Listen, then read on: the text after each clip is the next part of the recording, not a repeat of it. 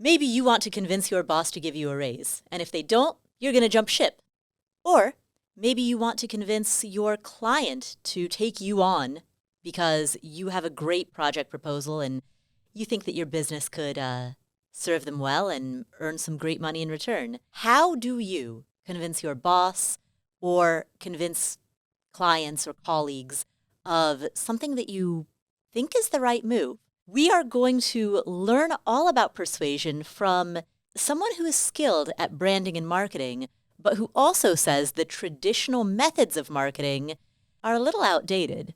Leslie Zane is the author of The Power of Instinct and a graduate of Harvard Business School. She joins us right now. Welcome to the Afford Anything podcast, the show that understands you can afford anything, but not everything. Every choice carries a trade-off, and that applies not just to your money, but to your time, your focus, your energy, any limited resource that you need to manage.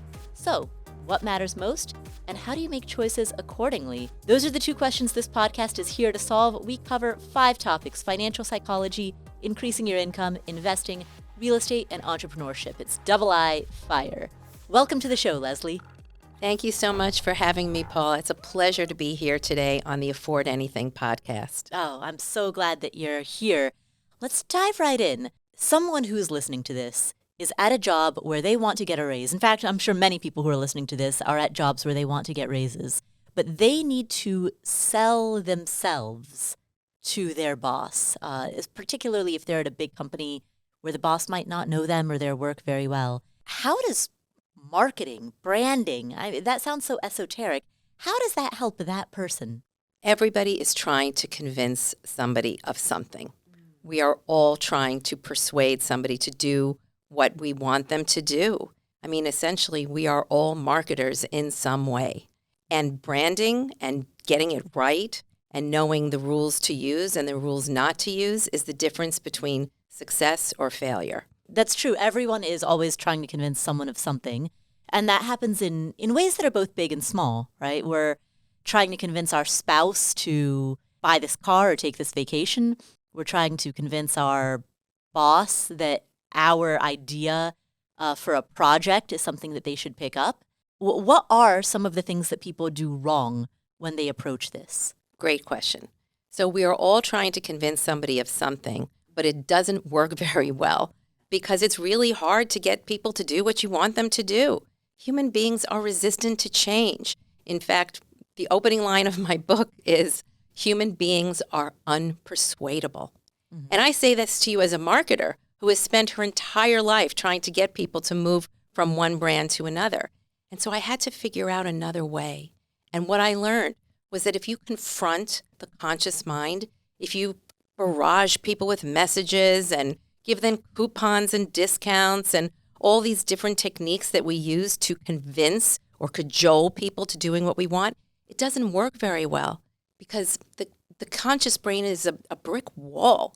What you need to do is tap into the instinctive mind, which is on automatically and works completely differently.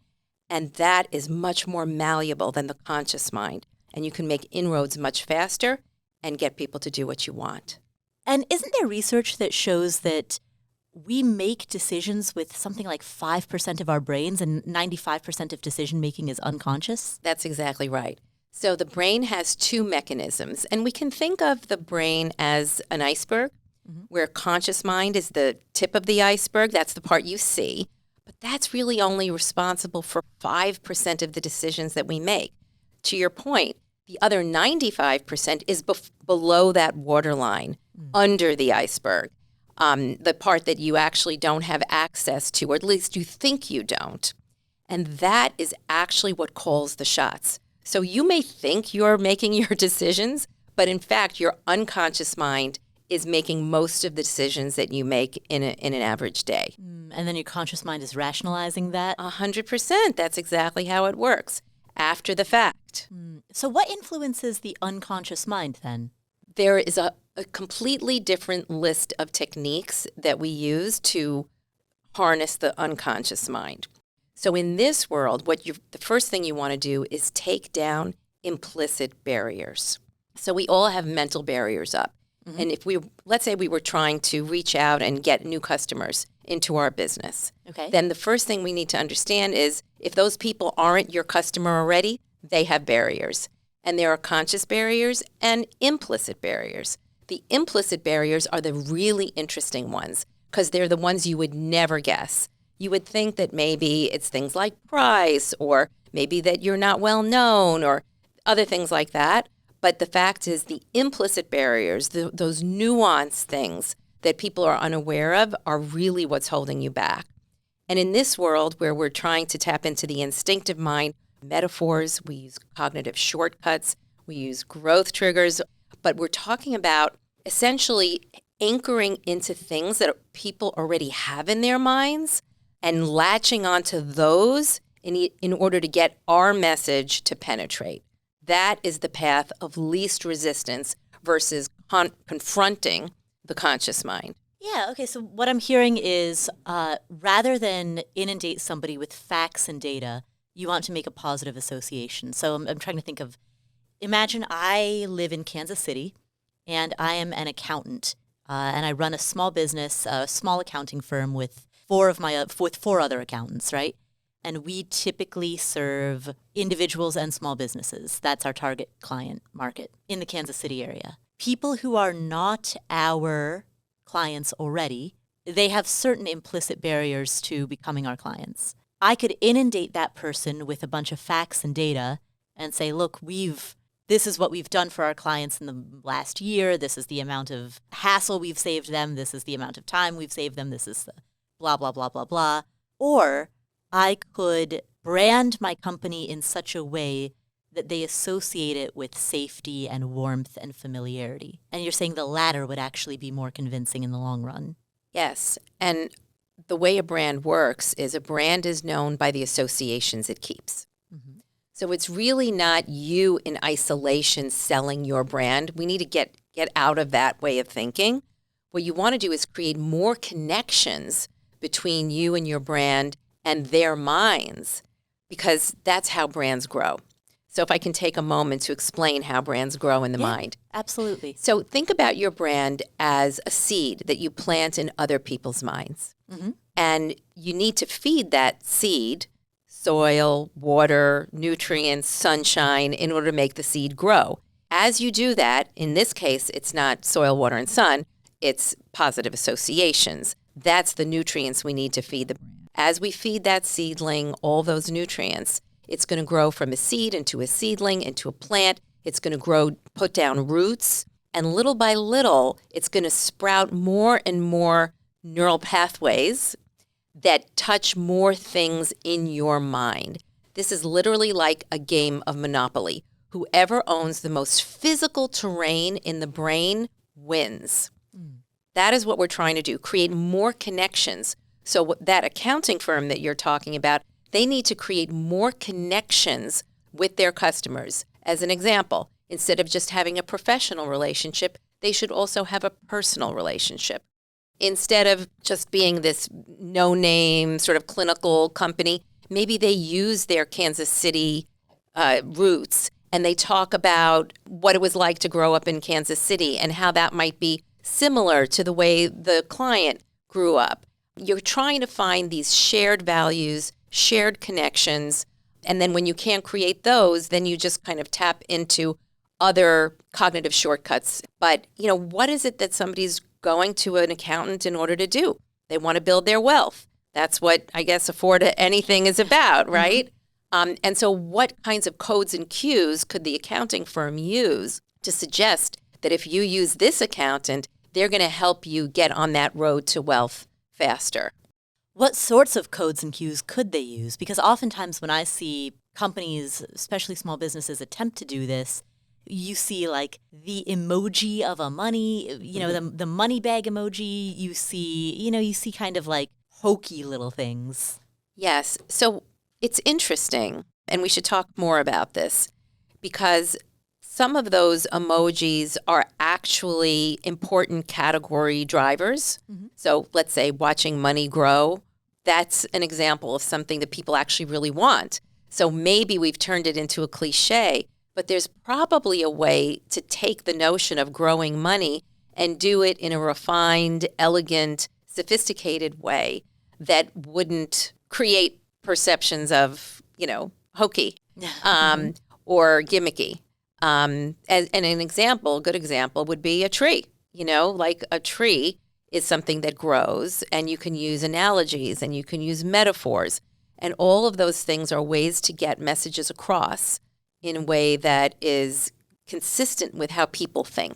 That's what we're really talking about here. Rather than fighting the brain and trying to create something from Mars that they're not going to recognize, the fact is that human beings are hardwired to connect with the familiar. They actually reject the unique. They reject things from Mars. So you have to have certain category drivers if you're in the accounting business, even to get into the consideration set of being chosen.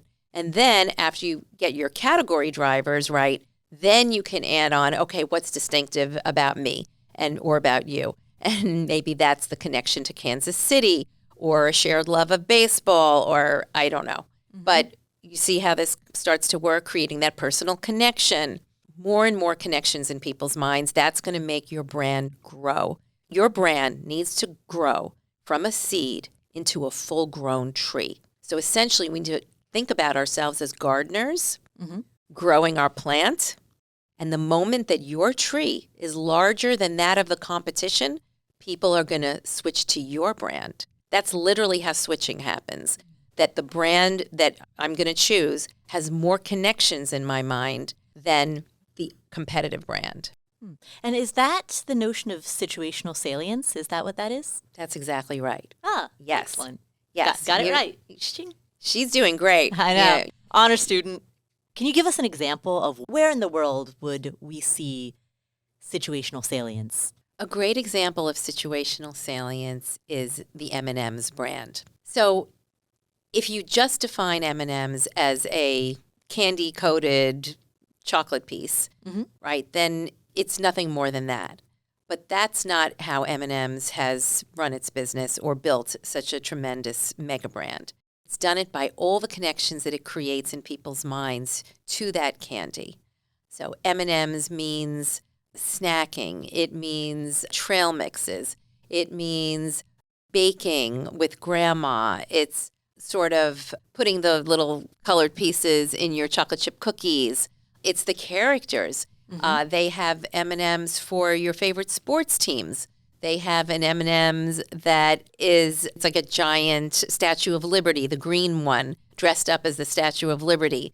And the guy at Buckingham Palace, those guards, they have an M&M dressed up as the guy in Buckingham Palace. The point is, M&Ms is much more than just a color-coded chocolate candy that doesn't melt in your hands. It has all these connections in your brain that make it very salient, and so it's sort of still the go-to, one of the go-to small-sized candies that we enjoy from our childhood to today. And all of those kind of lodge it into the unconscious? All of that lives in our unconscious mind. Now, when we go to the supermarket, we just reach. Right. We are not aware of the brand dimensions, the brand associations that live in our unconscious mind. Those are cumulative memories that have gotten glued to the brand in your mind since childhood. But when you go to the store, you just reach. And you know that. You go into the store, you reach for your go-to brands, and you walk out. If your brain didn't have the ability to do that, then you'd be in the supermarket all week, consciously deciding between one brand or the other. But we don't do that. Right. We just go in, we have our 10 go-to brands, we stick them in our cart, and we walk out. That is instinct. 3 key things that you want to look for to know if your brand is healthy. 1, you want to have situational salience, which means you're the one that's thought of first for this particular category or industry. 2, you want to have relevance, and relevance is a ratio of positive to negative associations. If your brand has a lot of negative associations, it means your brand is not going to be growing very fast because negative associations keep people away. And just back to the tree metaphor, that's like dead leaves consuming your tree. So you got to nip those in the bud, prune those dead leaves as soon as they come in to keep your tree healthy. And then the third thing you want is distinctiveness. You want to be different, but you don't need to be unique. You need to be distinctive, which is a completely different thing. Uniqueness is a creative twist on the familiar, as opposed to doing something that's so strange and bizarre that people push it away and reject it. Interesting. Okay, so I want to dive into all three of these more. But what I'd like to do is, we're talking about brands, and I'm sure there's some subset of the audience right now going, wait a minute, I don't have a brand. I have a 9-to-5 job as a human resources manager, or I have a 9-to-5 job as a dental hygienist. Do they have a brand? Absolutely. We're all brands. Coke is a brand, Pepsi's a brand, Mountain Dew is a brand, and you're a brand, I'm a brand, this show is a brand. Right. Everything is a brand. Right. And the more we understand that, the more we understand that our success is hinged to our ability to grow that brand in other people's minds. Okay, but the 32-year-old dental hygienist who's listening to this, who is not a social media influencer, who doesn't even have social media, how are they a brand? She's a brand because she wants her customers to love her. And she wants her customers, the patients in the dentist's office or in her own office, to ask for her and to go to her instead of the other hygienist across the street. That person is still a brand because she wants to grow her brand in the minds of her patients. She wants them to believe that she cares about them and that she has great expertise, that she does a better job of cleaning their teeth than anybody else. And so the bigger her brand is in their minds, the more they're going to keep coming back to her rather than going to the dentist's office or a hygienist's office around the corner. All right, so in the example of the 32-year-old dental hygienist, we've got someone who has a customer base that could go elsewhere. What about someone who is a school teacher, someone who is an employee of the local county? Are those people also brands?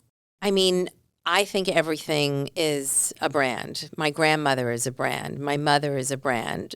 I think of everything as a brand. Whether you want to act on that and use it to your advantage is obviously up to you. I'm not saying that everybody needs to walk around creating personal brands. I think that would create a very horrible world. Right. But if you're trying to get promoted or get hired, I do think that these principles can be useful for you. We don't necessarily need to create a logo for our brand. Mm-hmm. So I'm really not talking about that. I'm talking about creating positive connections in other people's minds so that you can get other people to do what you want, hire you, promote you, pay you more money, all of these good things that I think we want if we are Afford Anything listeners. Mm-hmm. So what I'm hearing then is that every single person is a brand, regardless of whether or not you are in a competitive space. And every single person is a brand, regardless of whether or not you even have a social media account. Because if you're trying to get promoted or get a raise or anything to that extent, you have to approach it with the same principles that any brand would. Yes, because then you're managing your future more deliberately versus just being a recipient of what happens to you. And this is all about empowering people to really get what they want and achieve their dreams in life. This is going to enable them to do that if they're more aware of how to do this. All right. And so the three core principles then that any individual can apply to their life if they want that promotion would be salient, be relevant, and be distinctive. Let's unpack each of them.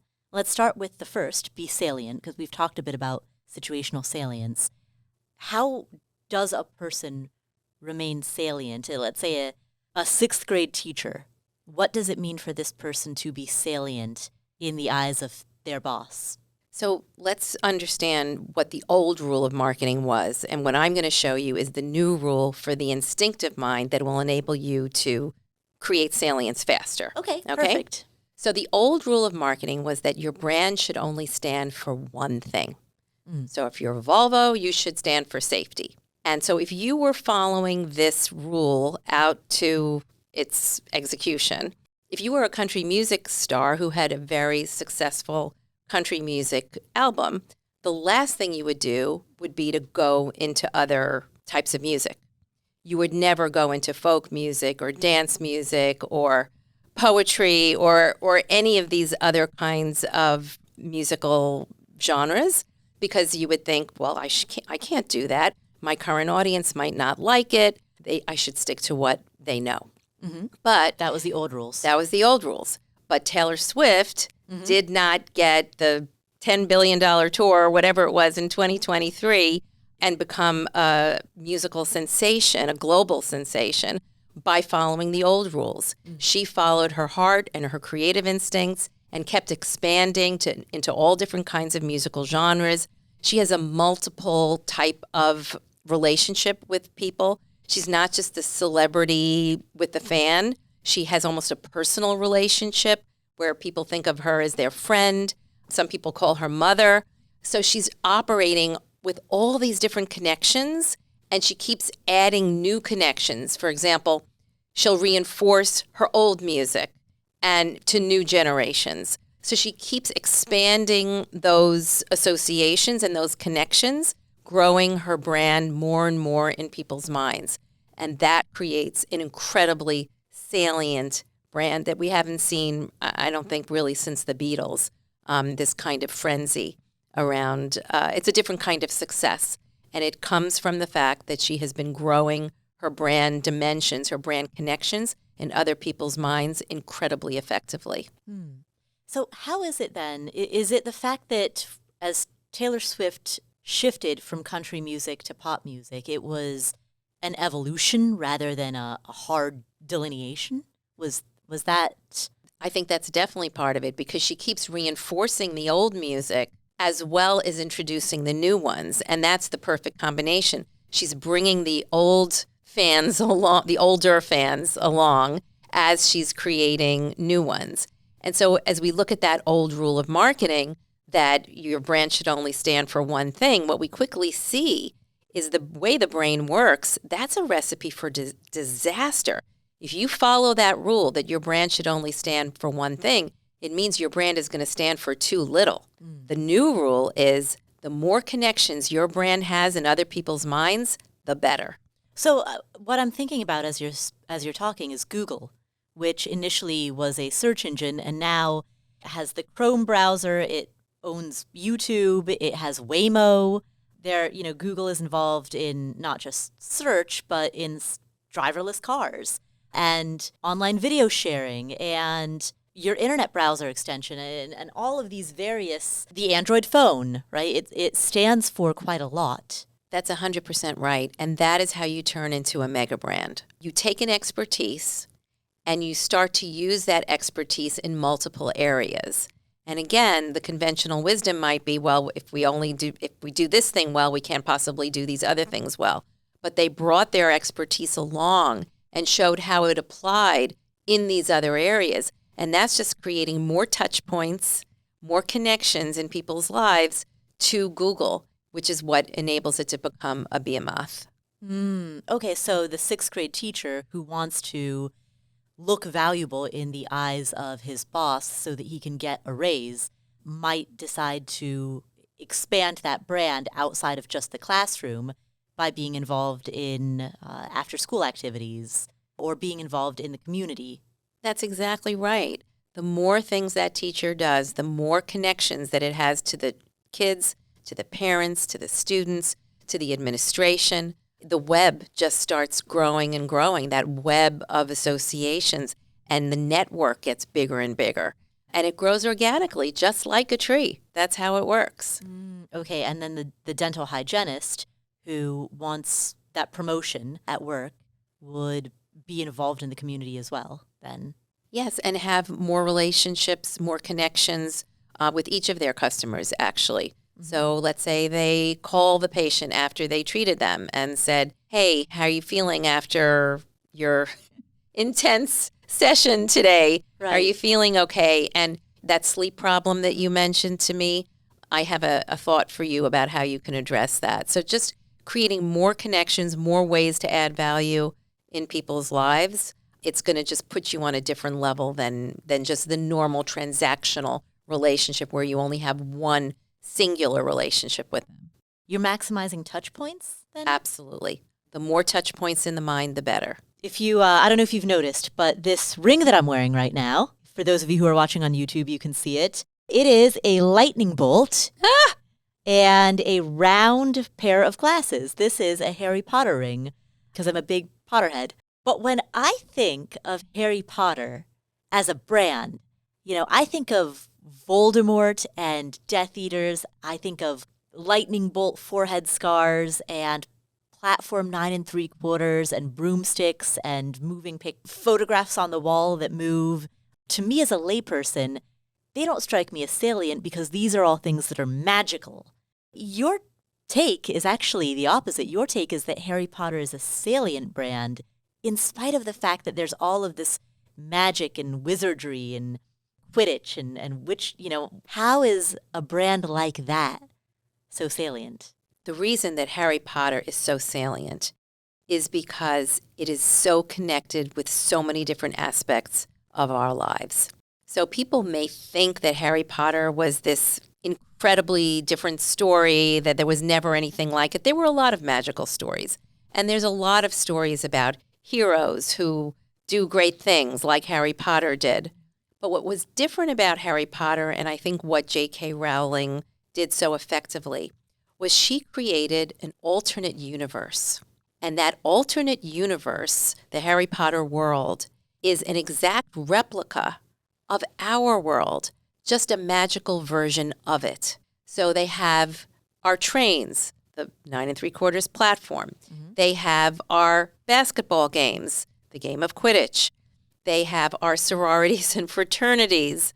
The four houses. Gryffindor, Slytherin, Ravenclaw, exactly. and Hufflepuff. They have Christmas vacations, and they have kids talking to each other in their bedrooms, in their dormitories, traveling to school for different vacations back and forth. They have parent problems with their parents who drive them crazy. Like, they have all the same things that we have in our world, but they have the magical version of it.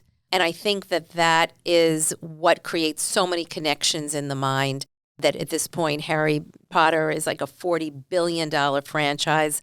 The book has sold over 500 million copies. It's one of the greatest successes ever. But the reason that it's so successful is because it has so many connections in our minds. It's basically a mirror version of our world. And that is why it has so much salience. And whether you're a parent or a child, everybody can read the books together, much kind of like Sesame Street, where it's operating on multiple levels. But everybody shares those same connections because we all live in a world with all those same things. Sporting events, dormitories, colleges, universities, sororities, fraternities, all those same things. Games of chess, just brought to life in a different way. Our world, but with a magical overlay. That's exactly right. A creative twist on the familiar. Take all of the positive, familiar things in people's lives, put a creative twist on it, and magical creative twist, and now you have the Harry Potter world. So it makes sense to me that maximizing touch points would give you salience because people are seeing you over and over and over. That accounting firm in Kansas City, people see them sponsoring the Little League team. They see them at the local Chamber of Commerce. They see them reappear at major community functions again and again. And so those touch points become more frequent. And so the salience is more frequent. That makes a lot of sense. How does that square with relevance? Because isn't the old rules of marketing would say relevance means being in a niche. Relevance means being known for that one thing. So relevance is really about the ratio of positive to negative associations. So negative associations are what hurt your relevance and what hold back growth. Because if a customer has negative associations in their mind about you, they're not going to use you. So let's talk about an example of this that I think is really clear. I think it's a very vivid example. About 8 years ago, McDonald's was suffering from a very bad problem called pink slime in your chicken nuggets. What? Yes. Now, there really wasn't pink slime in chicken nuggets, but there had been these videos that had gone viral showing tubular pink slime pouring out in a wavy pattern that people were told this is what's in your McDonald's chicken nuggets. It went viral, 25 million views per video, and they started losing customers hand over fist. Wow. And it wasn't just that. There's pink slime in your chicken nuggets. There's horse's eyeballs in your beef. There's the meat doesn't mold, all these negative associations. And so what do you do if you're a business leader and you're running this business and you have this terrible problem? They did what they thought they should do. They created a big advertising campaign where they said, "We don't have pink slime in your chicken nuggets." Yeah. And guess what happened? The brand took a further nosedive. The business declined further because brand and business are indelibly connected.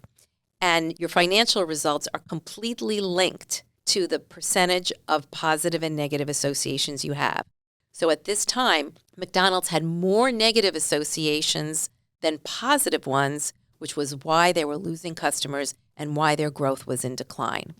What they finally ended up doing was going on a real food strategy, telling the true story about how McDonald's makes its food, which is remarkably sustainable, remarkably fresh. It's all real food. It comes from sustainable farms, family farms, USDA beef, like all of the good things, but they just hadn't been telling that story. And they did that with growth triggers. They told that story with cognitive shortcuts that were packed with positive associations. As an example of that, the fresh cracked egg was one of the most famous commercials that they used. Because people didn't know that McDonald's cooks. They had forgotten that McDonald's is actually cooking back there. Yes, there's a lot of machines that are beeping and lights flickering and telling people that their food is ready. But behind all of that are people actually cooking your food. And so the fresh cracked egg on the griddle reinforced that McDonald's actually cooks and makes your meals fresh all day long. And that started to turn the brand around. That fresh cracked egg was so loaded with positive associations, wholesome, good for you, delicious, real people cooking back there, like all those positive associations, that it started to overwhelm the negative associations. And that's how triggers work. Triggers are succinct cognitive shortcuts, verbal or visual. They could be olfactory or tactile too, but let's just talk about visual and verbal because that's mostly what you work with in marketing. There are succinct codes or cues in any of the five senses that are so packed with positive associations that they overwhelm negative associations and they make your brand grow in the brain. So that's how you heal a negative associations problem. So the answer to what do you do if you have negative associations is you need to overwhelm them with positive associations, and that's what McDonald's did with these growth triggers. And so the fresh cracked egg brand campaign, was that literally just a close-up of human hands cracking an egg over a grill? Exactly right. Exactly right. And turning into an Egg McMuffin. Wow. And if you think about it, the brand had been very focused on just showing people eating the end result. But now they were showing you what goes into your food. And this is a really interesting thing in the food and beverage industry. What we often find is, especially today with the health trend being so important and so powerful, it's really important to spend more time on the creation of the food than on the consumption experience in terms of where the weighting of the messaging should be. Right. Which back 20 years ago, people might have been more persuaded by images of enjoyment, like families out for a lovely Sunday lunch. Exactly. And one of the things that we would say is you probably need a little bit of both because you still want to show the enjoyment, but you don't need to spend a whole 30 seconds of a commercial on the consumption experience. Maybe it's like 80-20. Spend more time really explaining where the food comes from, the ingredients, the freshness, how it's made, the craftsmanship. All of that is going to go a longer way. And then, of course, you can still show people enjoying at the end. So would it have been better then, in this example, McDonald's was hit with some negative news and they addressed it. By addressing it, did they fuel it? Like, would it have been better for them to just not have addressed it in the first place? 100%. That's the lesson.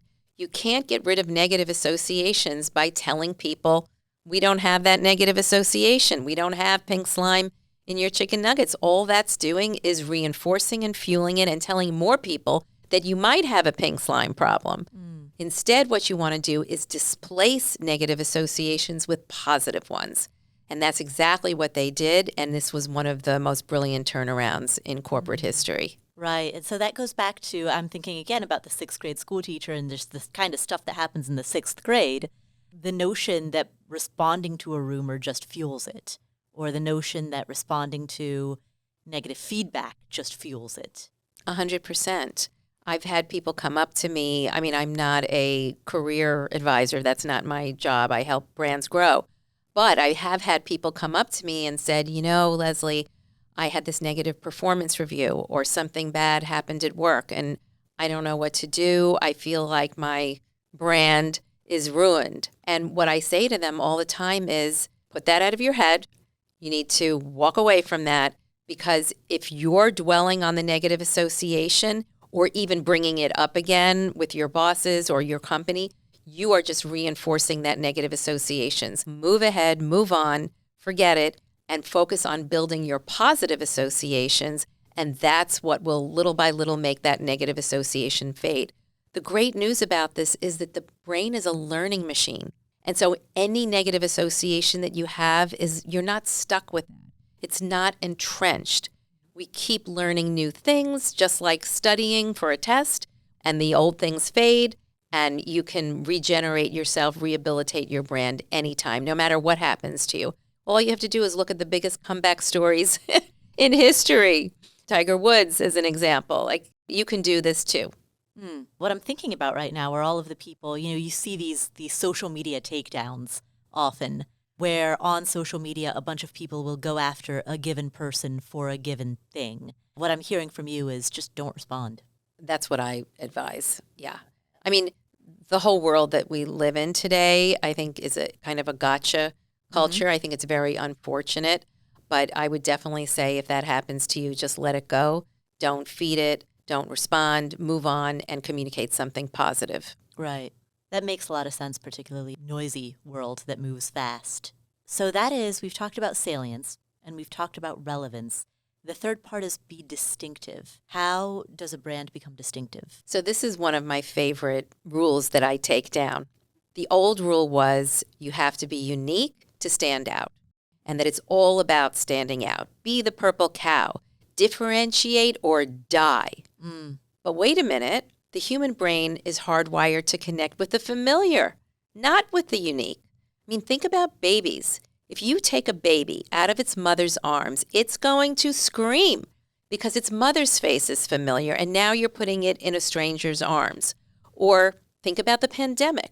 During the pandemic, what did you go for? What did you reach for? You reached for all the brands that you know and love with those big names. What was left over on the shelves were the smaller, no-name brands that nobody wanted because the big name brands gave us comfort and security. Right. So we love the familiar.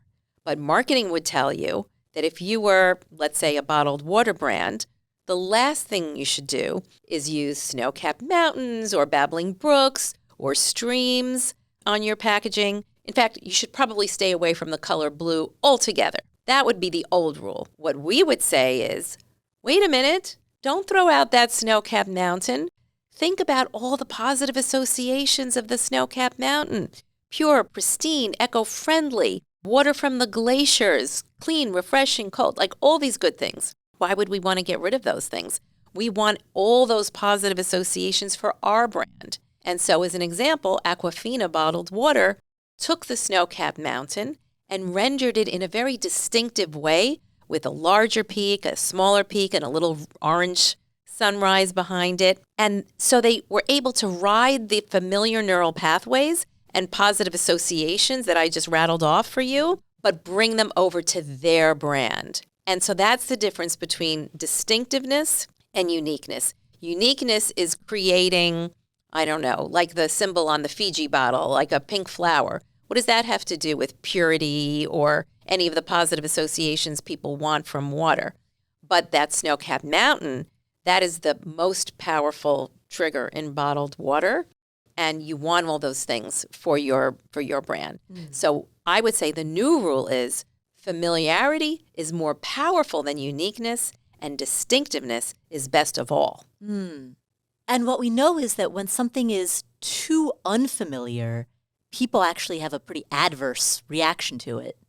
That's exactly right. One of the stories I love to tell is the story of what happened to Jeopardy when the longstanding host of Jeopardy, Alex Trebek, unfortunately passed away. The show is really in a quandary. Who can possibly replace this amazing host that we've had for all these years? And it's a very, very loyal audience. And they were, committed to Trebek. And so what they did was what you would think that they should do, which is they had a parade of different celebrity hosts come in. They tried Katie Couric and Anderson Cooper. And I think the audience ratings at the beginning, January 2021, were like 6.1. And little by little, with every new celebrity that they tried, it went down in May to 4.8. And I think at that point, the producers of the show were kind of tearing their hair out, and they couldn't understand why is it that people are not accepting these new hosts. Well, what they thought was going on was that each of these ratings was a commentary on how much people like or dislike Katie Couric or Anderson Cooper. And in fact, that had nothing to do with what was going on. What was really going on was that the brand was atrophying over time from January through May because each of those celebrity hosts, whoever they would have been, was contrary and in conflict to the familiar things about the show that people knew and loved.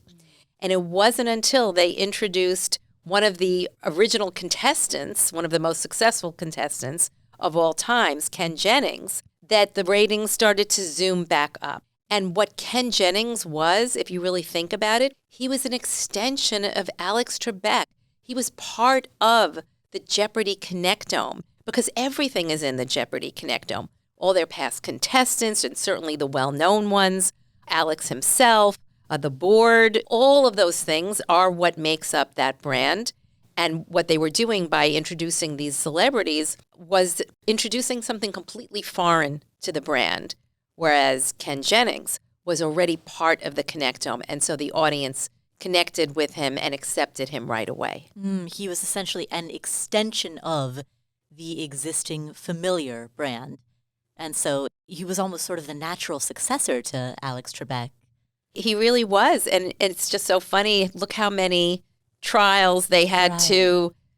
They didn't discover that until the very end. But it was a series of sort of hit or miss, trial and error kinds of things. But had they understood these kinds of theories, they might have gone for Ken Jennings right at the beginning. Right. And I can see, well, it's not intuitively obvious that you would have a contestant become the host. So I can see why they wouldn't have thought of that. But then it kind of sounds obvious in hindsight. Ken Jennings was the most famous Jeopardy contestant. Exactly. And people felt very comfortable with him as a host because he had tremendous expertise.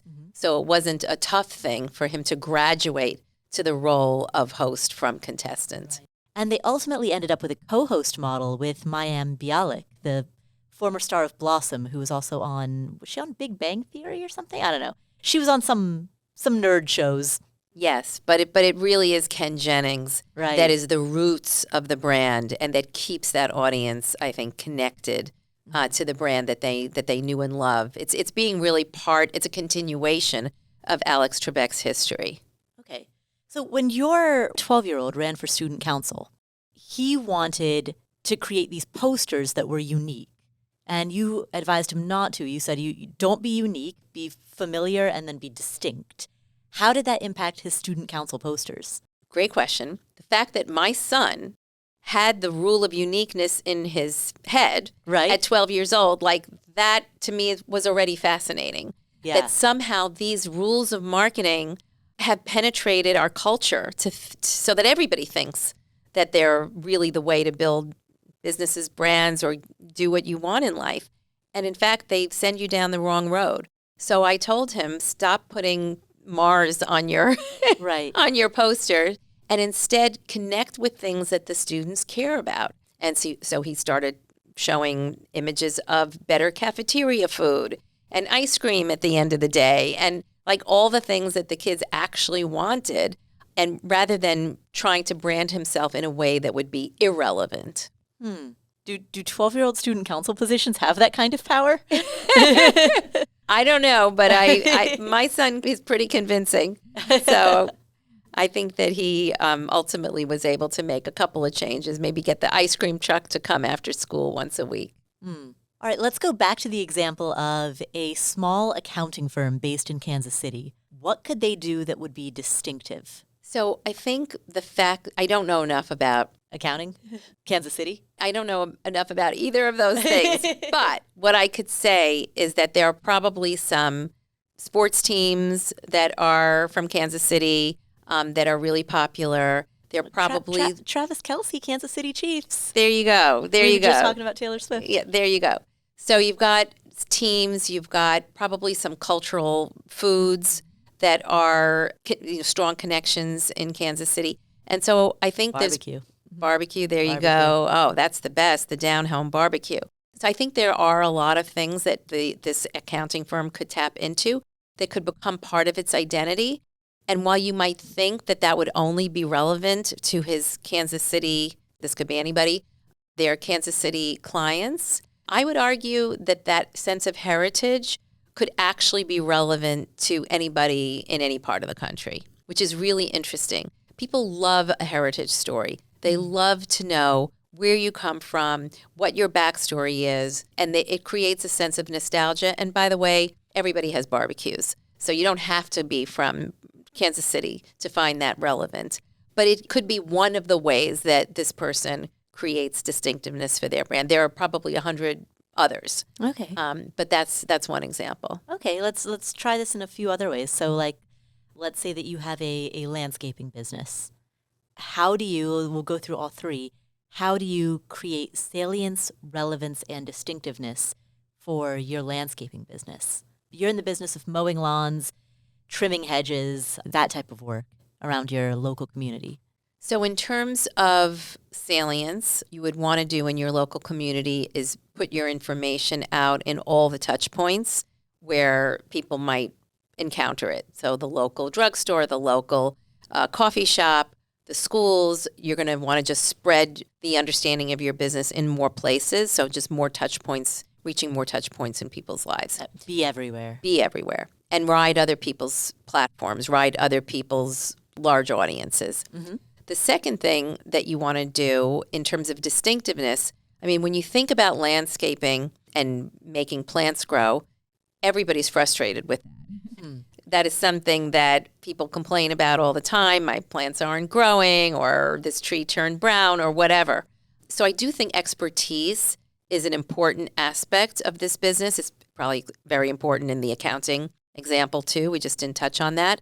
But the landscaping business, if they could sort of explain in a way what they do differently to make their plants that they take care of or the lawns healthier, I think that could be a really interesting twist. So it's still about landscaping, but their creative twist on that would be that they have a unique technique or a distinctive technique that they use to make sure that your lawn is always thriving, that your plants are always thriving.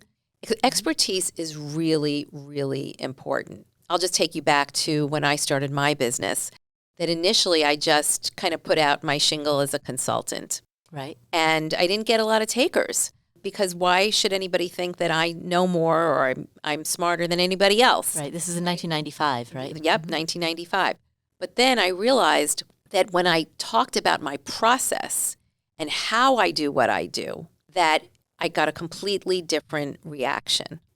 Because people could see that there was actually something repeatable that I was doing that worked over and over and over again. That I had done previously, first of all, when I was inside the corporate world, but I kind of took those ideas with me and created a proprietary process. And I think that's a really important thing for really any professional. Even the hygienist could have a particular way that they go about cleaning people's mouths that's sort of their special approach that they find more effective in terms of getting rid of plaque and tartar. Do you know what I mean? Yeah, absolutely. So how do you convey that? Especially if by virtue of conveying it, you have to kind of explain things that are technical. And I'll give you an example from my own life. I have an online course called Your First Rental Property. It's all about how to buy a rental property as a beginner. So it's designed, if you have 0 rental properties, we are the course that will take you from 0 to 1. What is distinct, particularly about the way that I teach rental property investing, is that I am at odds with a lot of the other rental property voices out there. There are many, many other rental property voices out there that promote a particular formula called the cash-on-cash return. It's very popular. If you were to go to any of the other real estate platforms, people are going to be talking about cash-on-cash return all day long. I personally think that that formula is a bunch of bull poop, and I don't like it at all, and I don't teach my students to use it. So I teach my students to focus on a different formula called the cap rate. How in the heck would I get that across in a 30-second Instagram reel, right? It's just so technical and so complicated, and there's no elevator pitch to that. It's a really good question. First of all, watching you explain this was very exciting for me as a potential customer, because where your eyes lit up was when you were drawing the contrast between your approach and everybody else's. And contrast is a very effective technique because the brain loves contrast. And so I don't think you need to go into the details initially of the process in your opening pitch when you're trying to get people interested in working with you. But I do think you can say, this way that it's being done, that's been done traditionally, I have found doesn't work very well. I'm going to show you this new way. And I think having that contrast as sort of the first bite of the apple that people take into getting to know you is a great way to pull them in. And then when they sit down with you, you can explain cap rate versus cash on cash, how they're different. And I would challenge you to find a really succinct visual way to convey that difference. And that can become a mnemonic device, a visual device that you can use over and over in your business. Now you're codifying your expertise in codes and cues. There's yours, mine works, this one doesn't, and then you go ahead and explain it. Does that make sense? Yeah, that makes sense. Yeah, but so that 30-second Instagram reel would have to be, the mainstream way of doing it is wrong. I've got a different approach. 100%. 100%. That's going to work really well for you because the brain loves contrast. Said another way, you're giving your positioning a foil. If you I'll just tell you from our work of 30 years, if we just position the brand that we've been hired to work on, the Fortune 500 brand that we've been hired to work on, we will get growth for our customers. But if we both position the brand of our client and talk about that while depositioning their competitors and making it clear why one is superior to the other, we will get twice as much growth. Twice as much growth. That's huge. That means the mind wants a foil. Does distinctiveness require a little bit of us versus them? It's not required. It's just, if you have the opportunity to do it, go there. Right. Because it's just going to paint a much clearer picture for your audience. The brain is a relativity machine. If you're up on Pepsi, you're down on Coke. Right. If you're up on Coke, you're down on Pepsi. If you're up on Adidas, you're down on Nike. And because the brain is a relativity machine, if you can draw that contrast, you don't have to actually do it overtly. You don't need to call out your competitors. I'm certainly not suggesting that you be mean or you bash the competition, but I do think you can draw a distinction between how you do what you do, how they do what they do, and just very simply say, this way has worked better for me, and let me tell you why.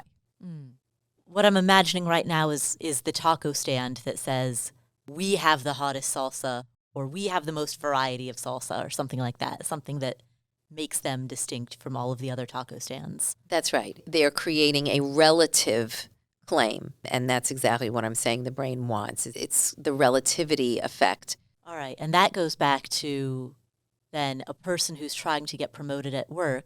What is it that they do that is different from what all of their colleagues do?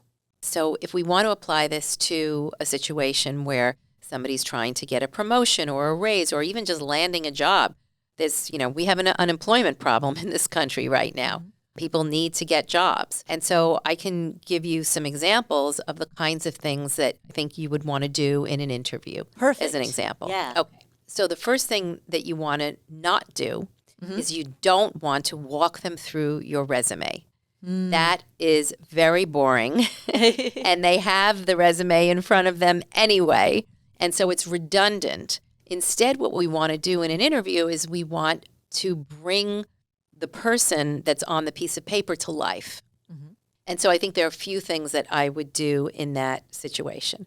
The first thing that I would do is start by creating a connection with the interviewer, finding something, look at their LinkedIn profile, learn something about the person you're about to meet, and create some kind of common connection, where they went to school, what team they root for, something that's going to create sort of shared values. The second thing that we're going to want to do is we're going to want to show a tremendous enthusiasm about the company, and that comes from doing research. You have to do a lot of research about the company that you're interviewing for, way beyond your particular role.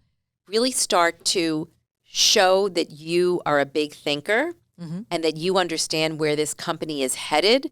Maybe you've done some work by listening to earnings reports or reading the company's strategic plan or reading their annual report. Where are they headed? What are they trying to accomplish? And then you can fit your story into what they're trying to do and show how you can actually help the company achieve their objectives. That is big thinking that's much larger in scope than just your little job that you're going to go perform. And it shows that you're able to think enterprise level, which is going to elevate your stature relative to other candidates. You're also going to want to talk about your personal heritage and how you got to this point. Why are you passionate about this area? How did you get here? Maybe there's a story from your childhood. I'll just tell you one of the stories that I tell is that when I was a little girl, I used to make posters for all the clubs in the school. All of them. Whether I was in the club or not in the club, I was playing with taglines and visual cues from the age of 14. My mother has pictures of me drawing them on the living room rug, spread out while I was doing my homework. So I think that kind of shows that your passion is not just like you decided to interview with this company yesterday, but it's been a long-standing passion and interest of yours. I think that it can be interesting to quote the CEO and bring that into the conversation. And so what I'm really saying to you is, just like anything else, there's no one magic bullet. But if you keep flooding the person's mind with all these positive associations that bring you to life, that have you jumping off the page, it's going to be much more effective than just going through the resume. Right. In fact, you wouldn't even really have to talk about your resume at all. You can just gloss over that. If they want to read it, they can read it. 100%. So if you were to say something about yourself, and you would obviously want to use an example, and the example could be pulled from the resume, but you would want that example to be more vivid than just a list of accomplishments. Because contrary to popular belief, we do not choose candidates based on their list of achievements, even though that's what goes into the resume. Really, how we choose is by how many connections we have to that person. And a lot of these things are decided within the first few seconds of an interview.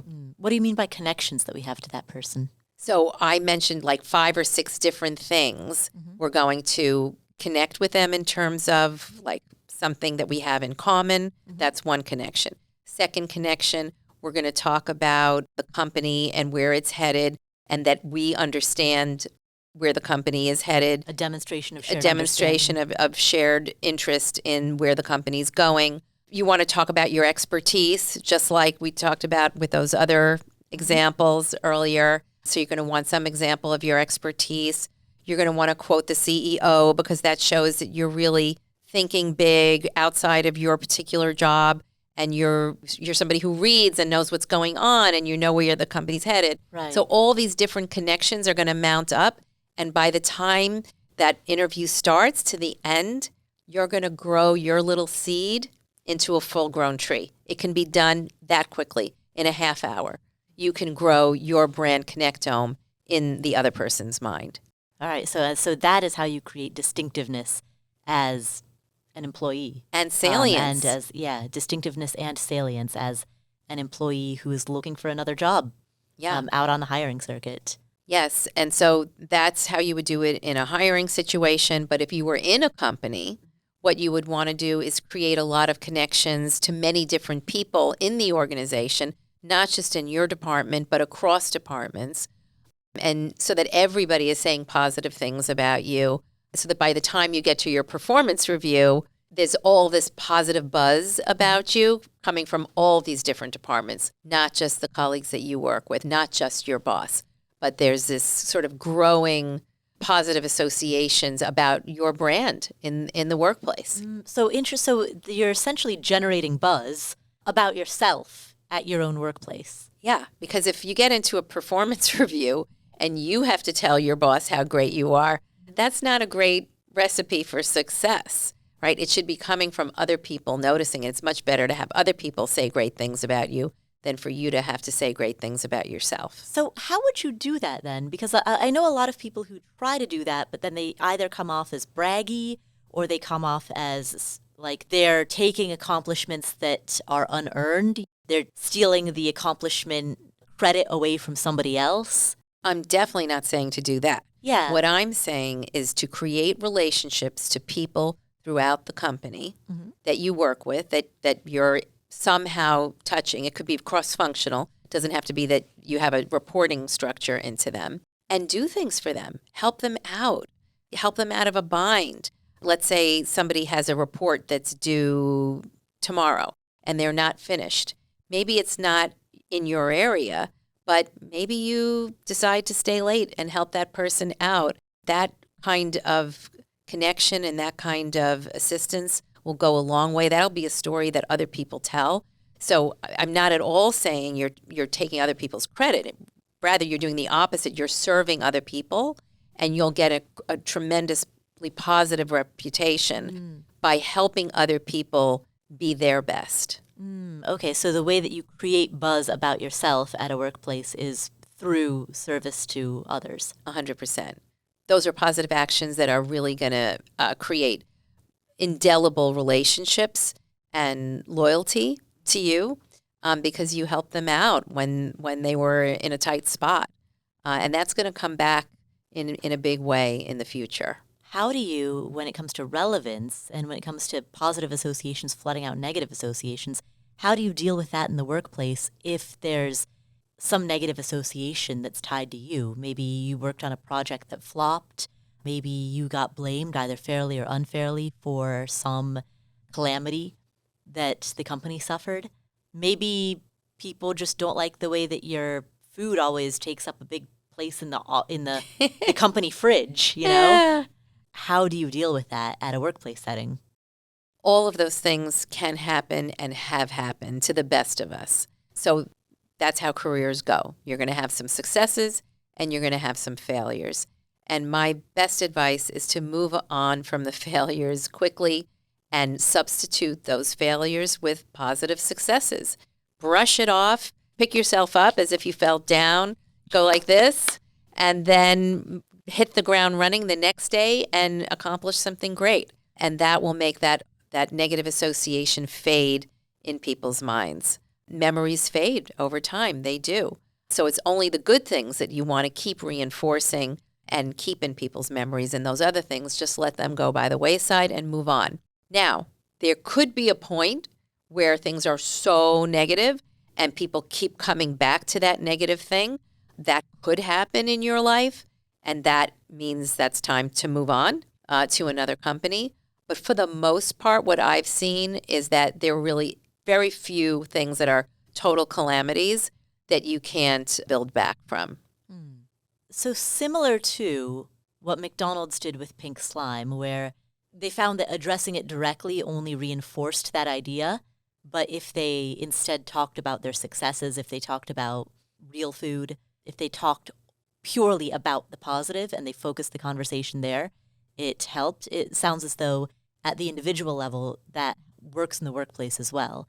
If there's negative feedback about you, if you worked on a project that flopped, or if you were responsible for a mistake that cost the company a lot of money, rather than address it and dwell on it, you shift the focus, kind of shift the frame to something positive that you're associated with. That's exactly right. It's no different than McDonald's. You want to displace negative associations with positive ones, and we all have the ability to do that. So throughout this conversation, we've talked about 3 core rules. Be salient, be relevant, be distinctive. Are those the 3, or are there any rules that we haven't covered? I can do one more. So one of the oldest rules in the book is that you should spend a lot of time talking to and understanding your core customer. Mm-hmm. In fact, your core customer is everything. And of course, we love our core customers. We love our existing customers, and we should absolutely treat them with kid gloves. But if you really want to grow, you need to reach out and constantly be bringing in new customers into the fold. So the new rule is your core customer is actually a trap. And the only way to really get tremendous accelerated growth is to actively reach out and get new customers to come in. So why is it a trap? It's a trap because your core customers are never going to tell you what's wrong with you. And so it's going to cause you to not evolve. Your growth target is the people who have those negative associations you need to discover, those implicit mental barriers. You want to take those down, but you can't take them down unless you know what they are. So you need to spend more time with your growth target, understanding why they're not buying you in order to overcome them with your strategy and create a strategy that pulls them in. All right, this is very kind of high level and esoteric. Can you give an example? Yeah, let's look at Bed Bath & Beyond. Bath & Beyond was busy rewarding its core customers over and over again with these blue and white coupons. Mm-hmm. I bet you can picture it right now in your brain, right? I've got so many of those. How many? Mailers. You probably have a whole drawer filled with them. So what that shows is that all the coupons in the world aren't going to necessarily get you to come into the Bed Bath & Beyond store, because all you're doing is layering price off after price off after price off to the point where the merchandise doesn't even have a value anymore.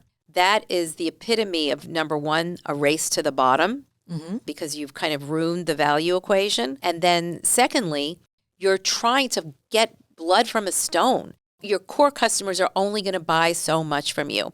There's a rule of thumb that I talk about in my book that essentially says that about 50% of your customers are going to leave you every year.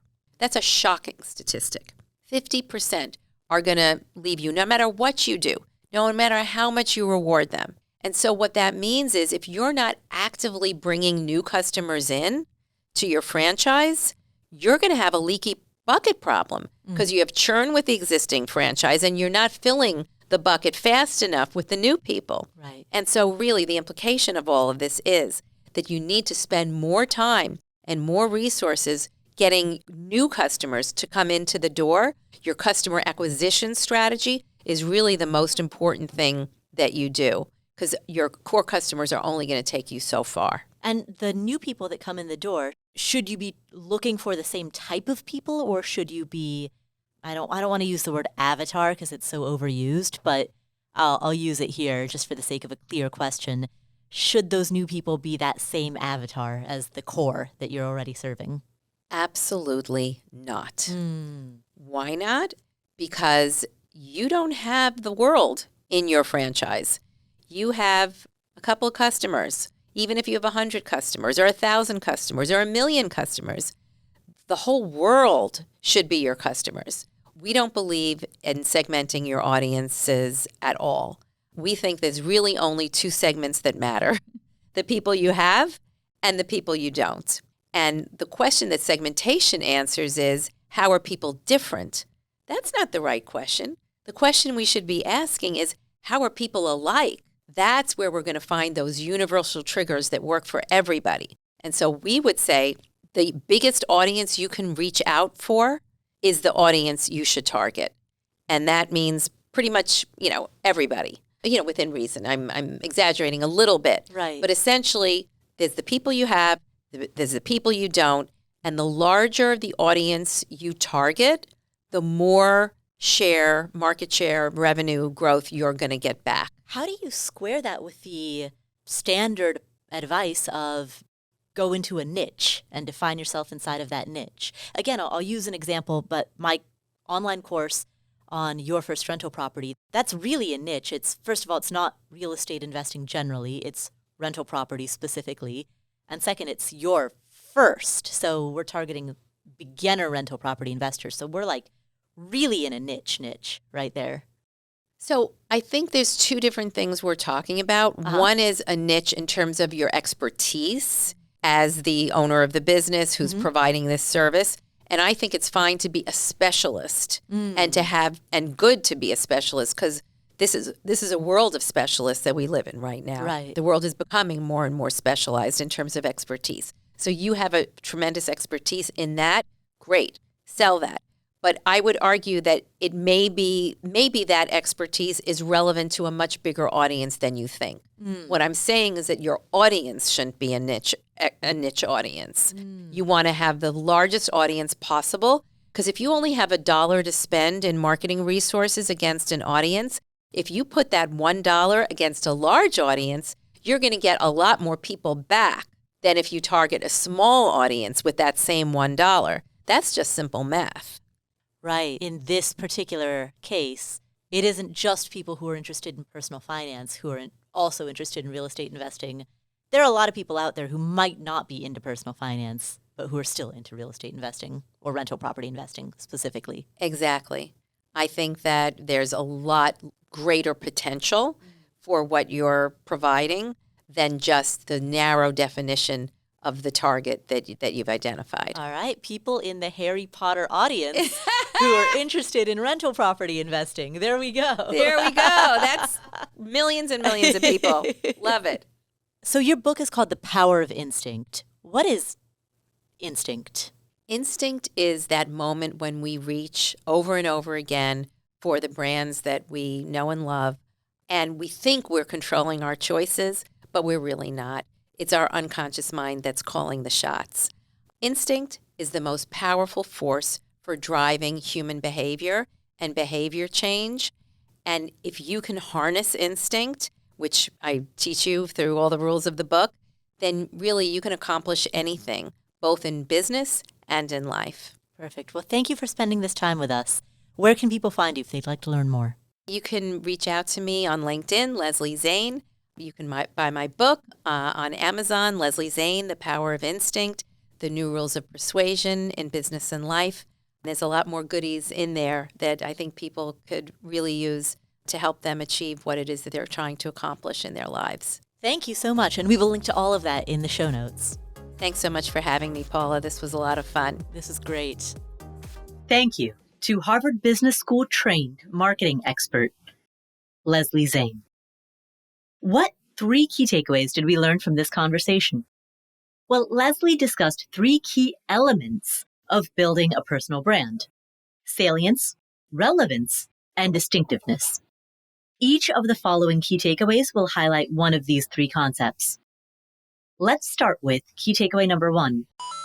Be salient, or in other words, generate buzz about yourself. Create a lot of connections and touch points inside of your industry, because this is going to make you memorable when you talk to decision makers, including the people who have the power to give you promotions, raises, transfers to better departments, or anything that you want in terms of career advancement. You want to be forming relationships in different departments so that you can generate buzz about yourself within your company or within your industry.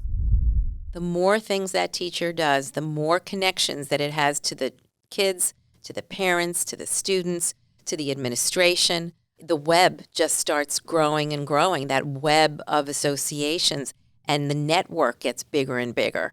And it grows organically, just like a tree. That's how it works. Okay, and then the dental hygienist who wants that promotion at work would be involved in the community as well, then. Yes, and have more relationships, more connections with each of their customers, actually. So let's say they call the patient after they treated them and said, "Hey, how are you feeling after your intense session today? Right. Are you feeling okay?" And that sleep problem that you mentioned to me, I have a thought for you about how you can address that. By increasing your touch points and your connections, you become more salient in people's minds. And this increased visibility can lead to more opportunities for advancement and for recognition. Remember, it's not just about doing your job well, it's about building those meaningful relationships. And by virtue of doing so, building buzz about you. And that applies regardless of whether you are a school teacher or a dental hygienist or an accountant. So that is the first key takeaway. Key takeaway number 2, be relevant by focusing on positive associations. So instead of dwelling on negative feedback, like maybe a project that didn't go well, concentrate on creating and reinforcing positive associations. How have you helped people? This approach helps displace negative perceptions and it strengthens your personal brand and it focuses on how are you of service to others rather than you. You know, the story almost counterintuitively is not really about you. It's about what you can do for other people. And when you focus on that, necessarily it's going to be a positive story. So focus on that. So the old rule of marketing was that your brand should only stand for one thing.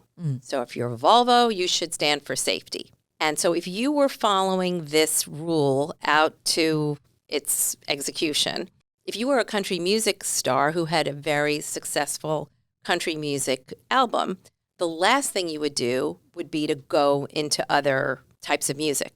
You would never go into folk music or dance music or poetry or any of these other kinds of musical genres. So this approach of focusing on positive associations demonstrates the power of reframing your personal brand. Instead of getting bogged down by setbacks, concentrate on reinforcing positive associations and positive experiences. This strategy not only helps in managing your reputation, but it also contributes to a more positive work environment overall. People want to be in a place where people are happy, so help create that happiness. That's the second key takeaway. Finally, key takeaway number 3.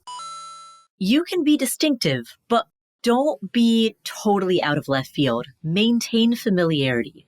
People take comfort in the familiar. And yes, you can put a creative twist on familiar concepts. That's great. But if you're too out of left field, that's just jarring. And the story about Jeopardy really illustrates that well. One of the stories I love to tell is the story of what happened to Jeopardy when the longstanding host of Jeopardy, Alex Trebek, unfortunately passed away. The show was really in a quandary. Who can possibly replace this amazing host that we've had for all these years? And it's a very, very loyal audience. And they were, committed to Trebek. And so what they did was what you would think that they should do, which is they had a parade of different celebrity hosts come in. They tried Katie Couric and Anderson Cooper. And I think the audience ratings at the beginning, January 2021, were like 6.1. And little by little, with every new celebrity that they tried, it went down in May to 4.8. The Jeopardy example really illustrates the importance of maintaining familiarity. The Jeopardy audience didn't want an outsider hosting the show. They wanted someone who was already associated with the brand. And so when the producers brought on Katie Couric and Anderson Cooper, they are fantastic at the skill of hosting. But they weren't previously affiliated with the Jeopardy brand. There are no memories of Katie Couric or Anderson Cooper standing alongside Alex Trebek. By contrast, Ken Jennings had already been a fixture on the show. He was already part of the brand, and that's what made him the perfect choice. He was familiar. So, in your own career, look for ways to stand out that align with your organization's culture and its values and the things that are familiar to it. Because this balance of distinctiveness and familiarity can make you relatable as well as memorable. And that increases your overall odds of success in whatever professional endeavor you want to succeed in, whether that's getting a promotion or getting moved to a different department or getting a raise, whatever it is that you want to do. That familiarity with distinctiveness can help you stand out. Those are 3 key takeaways from this conversation with Harvard-trained marketing expert Leslie Zane. Thank you so much for tuning in. If you enjoyed today's episode, please do 3 things. First and foremost, sign up for the newsletter. It is absolutely no cost to you, and you can find it at affordanything.com/newsletter. Second, make sure that you are following this podcast on Apple Podcasts, Spotify, and YouTube, youtube.com/affordanything. Hit the bell for notifications. Finally, most importantly, tell all your family and friends. Send them your favorite episode. That's the most important way that you can spread the message of Double I FIRE, financial psychology, increasing your income, investing, real estate, and entrepreneurship, the 5 pillars that we discuss on this show. Thank you again for tuning in. My name is Paula Pant. This is the Afford Anything podcast, and I'll meet you in the next episode.